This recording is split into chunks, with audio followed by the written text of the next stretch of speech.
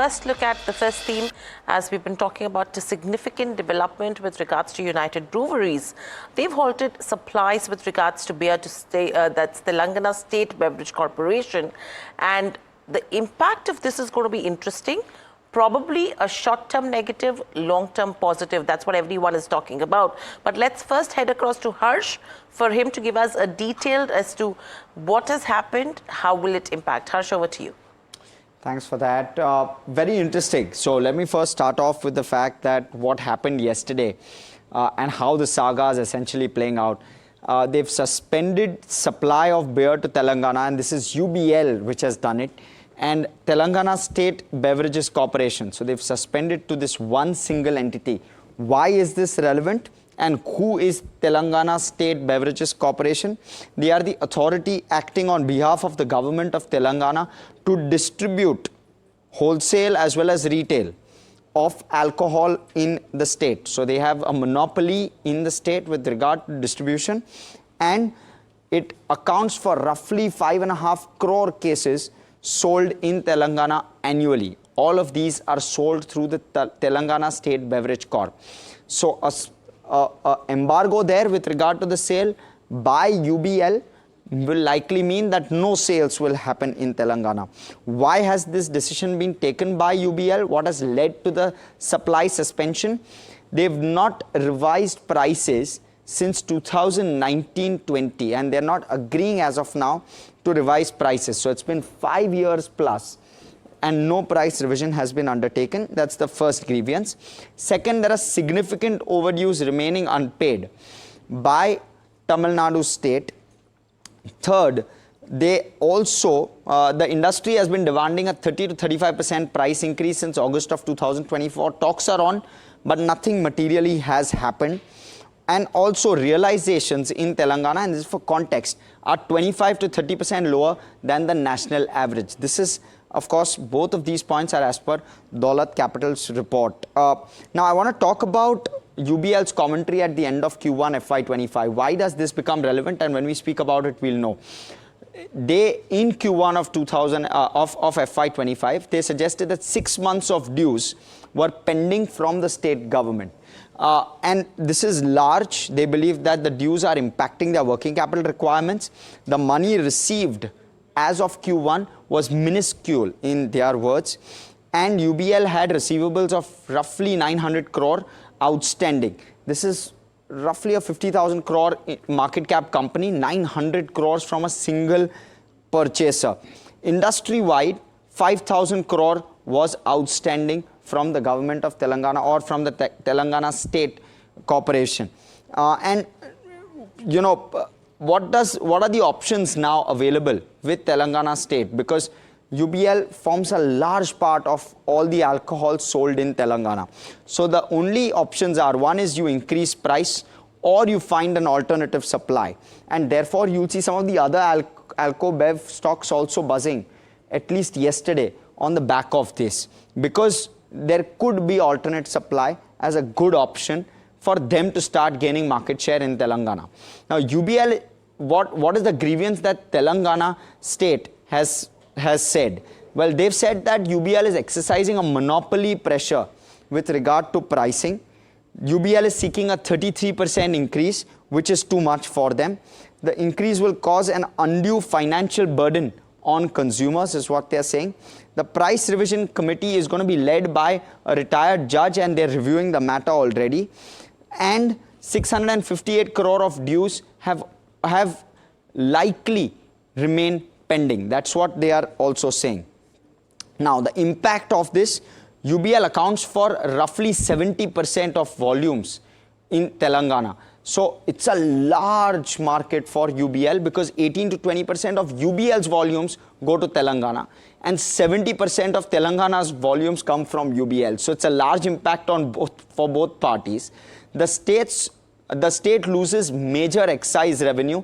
Likely in any case, even if they find alternate supply, this will happen. You will see a reduction because even the supply coming from elsewhere will likely not match the supply which is coming from UBL as of now. And the state has around 8 to 10 days of stock left to repair this problem. So maybe in 8 to 10 days, if they were to take a decision, UBL could well again start supplying to the state. Now, past instances when this has happened, Kerala state, this happened when Indian-made foreign liquor players came together and stopped supply. This is different from what's happening right now. But Kerala as a state gave in to the demands, and within 2 days there was a resolution. But this is when all players came together. This is a single player expressing a grievance. What's Daulat's view? Well, the conclusion to their view is it's a short-term negative but a significant long-term positive. The company is asking for price increases of rupees 90 to 100. They are saying even a 50 rupee increase would add around 175 crore to EBITDA annual.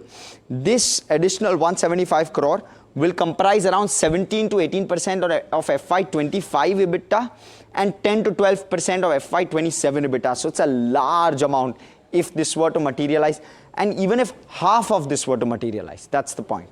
Thanks, Harsh, for getting us the details. In fact, the exhaustive one piece that you've done for us. But we spoke to Karan Taurani of Elara Capital as well, and I clearly asked him as to why the ban was undertaken and how he's reading it.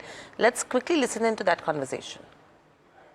I think if you look at this situation here, I think this was, kind of unexpected lines, because what we've seen in the last about 6 to 9 months is a lot of uncertainty in the Telangana market. The beer companies are kind of fighting very hard to get a price hike because of this inflationary pressures that they've been seeing.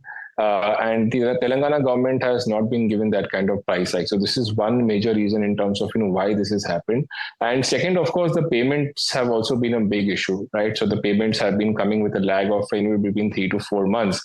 And that's also impacting receivable cycle of these beer companies, and that's why they've taken this bold step right now.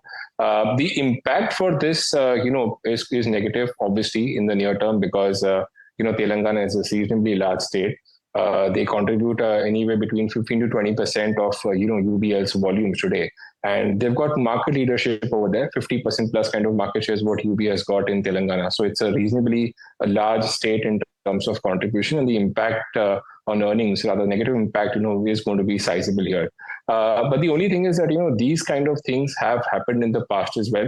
And what we believe is that there's a very high likelihood that some consensus will be reached here, and the company eventually will be given a price hike. And if that is the case, you will see an earnings upgrade for UBL because of such a large contribution. If at all there's a price hike of 15%, 20% kind of a number, you will see an EBITDA upgrade of anywhere between 15 to 25%. So very clearly, I think this is a near-term pain, but over the medium to long term, the prospects remain strong and positive. So, Karan, very quickly on this one, you mentioned about how it will be positive from a long-term perspective. The response that we've got from Telangana is where UBL is exercising monopoly pressure and they're seeking a price increase of nearly 33.1%.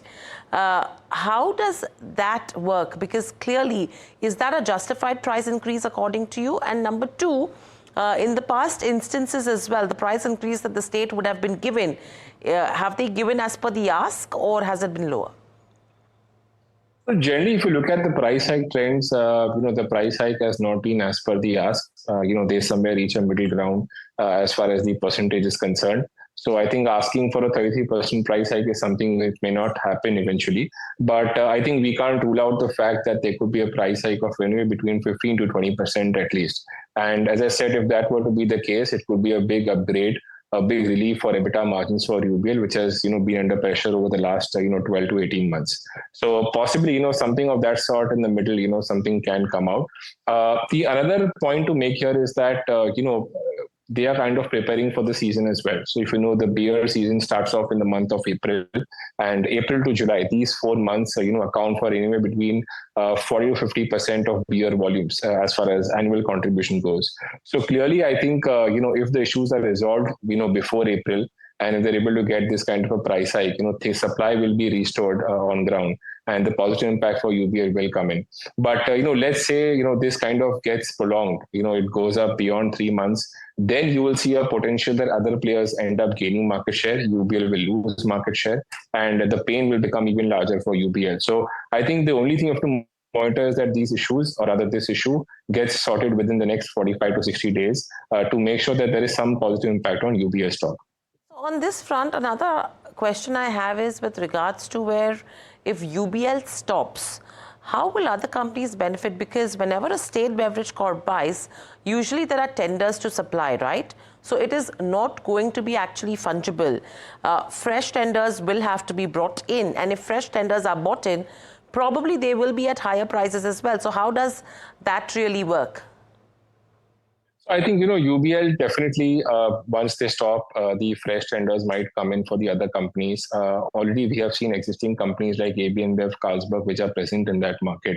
So eventually they are going to be beneficiaries of this. They will try to kind of ramp up their supply, ramp up production, and kind of, make the most out of it. But if at all it does not, if at all things are prolonged beyond 3 months, then I think this could be a negative for UBL. But definitely market share gain for the players is on the cards. But won't working capital be an issue for them as well? Because I'm sure no company is going to want to increase their working capital, taking into consideration the dues that Telangana is sitting on with them.